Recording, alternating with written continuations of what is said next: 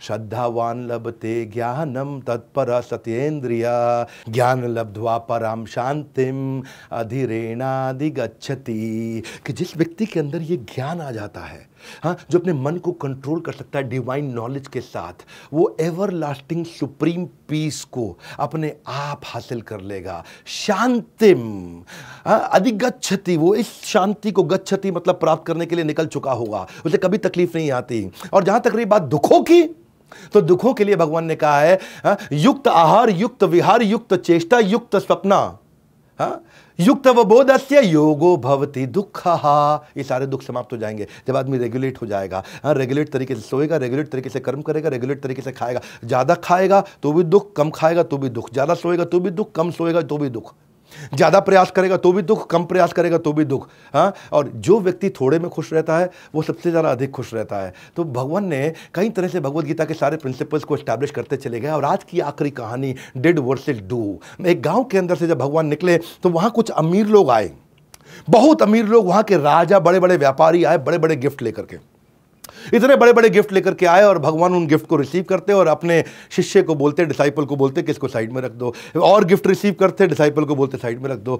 सबके सब गिफ्ट दिए जा रहे थे और भगवान इसको साइड में रखते चले जा रहे थे। तो वहीं उन्होंने देखा कि एक बूढ़ी गरीब औरत पेड़ के पीछे छुपी हुई है और छुप छुप करके भगवान को देख रही है, छुप छुप करके भगवान को देख रही है। तो उन्होंने बुलाया, आप बाहर आओ। और बाहर आए। जैसे ही बूढ़ी औरत आई तो उन्होंने कहा कि भगवान मैं आपके सामने इसलिए नहीं आ पा रही क्योंकि मेरे पास आपको देने के लिए गिफ्ट नहीं है। और आधा खाया हुआ सेब था, उसने तुरंत वही भगवान को पकड़ा दिया और भगवान मुस्कुराए। उन्होंने से आधे खाए हुए झूठे सेब को उठाया और खाना शुरू कर दिया। सारे शिष्य बोले कि भगवान इतने बड़े बड़े गिफ्ट आए, आपने वो रिसीव किए नहीं, साइड में रख दिए। इसने झूठा आधा खाया हुआ सेब, उसको आपने खा लिया। तो भगवान ने उत्तर दिया, बड़ा सरल से मेरी बात को समझो, सरलता से। भावग्राही जनार्दन, कि मैं भाव को ग्रहण करता हूँ। और भगवान ने क्या कहा वहाँ पे? उन्होंने कहा कि जितने भी राजा महाराजा और बड़े बड़े सेठ आए थे, they are giving me 1/10 of their capacity. और ये जो बूढ़ी औरत आई थी, she is giving me 100% of her capacity. तो उन्होंने पूछा इसका क्या अर्थ हुआ? बोले ये बड़े सेठ, इनके पास बहुत कुछ था देने के लिए, 90% छुपा लिया, 10% दिया। और ये बूढ़ी औरत, इसके पास केवल आधा सेब था, इसके पास उसके पास कुछ भी नहीं था खाने के लिए, वही 100% था, उसने वही सब कुछ अपना मुझको दे दिया और ये चिंता भी नहीं करी कि आज वो कैसे खाएगी। तो आप कितना कर सकते थे, उसमें से कितना किया। एक आदमी की कैपेसिटी बढ़ाने के लिए भगवान ने ऐसे ऐसे प्रिंसिपल्स बताए हैं। हाँ, और इसीलिए भगवान क्या कहते हैं कि भगवान बुद्ध कहते हैं कि सबको समान दृष्टि से देखना चाहिए। 5वें अध्याय का 18वां श्लोक, विद्या विनय संपन्ने ब्राह्मणे गवि हस्तिनी शुनि चैव स्वपाके च पंडिता समदर्शना।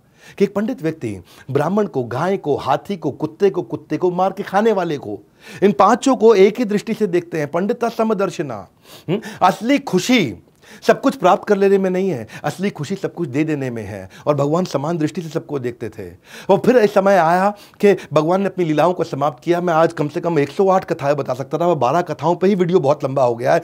इस संसार में सत्य के अलावा सभी का अंत होना तय है। और भगवान ने भी अपनी लीला को अंत करने का समय निर्धारित किया जब भगवान समाधि में जाने वाले थे। गौतम बुद्ध, बताया जाता है कि इसी बुद्ध पूर्णिमा के दिन उनका जन्म हुआ और इसी बुद्ध पूर्णिमा के दिन उनका अवतार और उनका तिरोभाव, यानी कि वो चले गए संसार से। और उस समय वो आधा लेटा हुआ पोज, आपने भगवान बुद्ध की कई ब्यूटीफुल मूर्तियां देखी होंगी, उनके डिटेल्स देखी होंगे जिसमें वो आधे लेटे हुए हैं ऐसा हाथ रख करके। वो उसको बहुत सेक्रेड माना जाता है बुद्धिज्म धर्म के अंदर, जब वो आधे लेटे हुए और अपनी बाकी की बची हुई डायरेक्शंस दे रहे थे कि इस धर्म को आगे कैसे लेके जाएंगे। और उसी समय उन्होंने 6 टीचिंग्स दी कि किसी की हत्या नहीं करना, किसी का कुछ चुराना नहीं, इंद्रिय तृप्ति को त्याग दो, किसी को दुख नहीं पहुंचाना, कभी नशा नहीं करना और किसी को रिश्वत देना लेना नहीं। 3 उन्होंने नोबल ट्रूथ दिए। क्या बोला कि दुख आएगा ही आएगा और दुख का कारण इच्छाएं हैं, और जिस दिन इच्छा समाप्त हो जाएगी दुख समाप्त हो जाएगा। 3 बातें, बहुत सुंदर बातें, बहुत सुंदर ज्ञान दिया उन्होंने कि दुख अपरिहार्य, अनअवॉइडेबल, आएगा ही आएगा और इच्छाएं दुख का कारण है। जिस दिन इच्छा समाप्त हो गई दुख भी समाप्त हो जाएंगे। ब्यूटीफुल लर्निंग्स, ये अपने सारे बच्चों को दिखाइएगा इस वीडियो को। बुद्धिज्म में आज 520 फॉलोअर है पूरी दुनिया के अंदर, लगभग 7% पॉपुलेशन।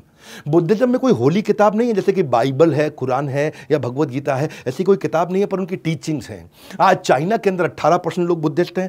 आज आप देखेंगे थाईलैंड के अंदर 93% लोग बुद्धिस्ट हैं और जापान के अंदर सबसे ज़्यादा 67% लोग बुद्धिस्ट हैं। वैसे BR Ambedkar, tiger would, Steve jobs और रिचर्ड गियर भी बुद्धिस्ट बन गए थे हैं आगे चल के। बहरहाल ये बुद्धिज्म की कहानी, और अब क्योंकि इस समय बुद्ध पूर्णिमा आई है, इसलिए हमने भगवान बुद्ध को याद किया और उनके लेसन्स। आज किसी भी बच्चे के अंदर, किसी भी बड़े के अंदर अगर ये लेसन्स में से कुछ भी आ गया तो जीवन में क्रांति आ सकती है। इसको धैर्य के साथ सुनने वाला वीडियो था। मैं कहूंगा कि इस वीडियो को आप पूरे देश को सुनाइए, क्योंकि संस्कार बदलना चाहता हूं मैं यहाँ पे, और संस्कार के साथ व्यापार भी बदलना चाहता हूं।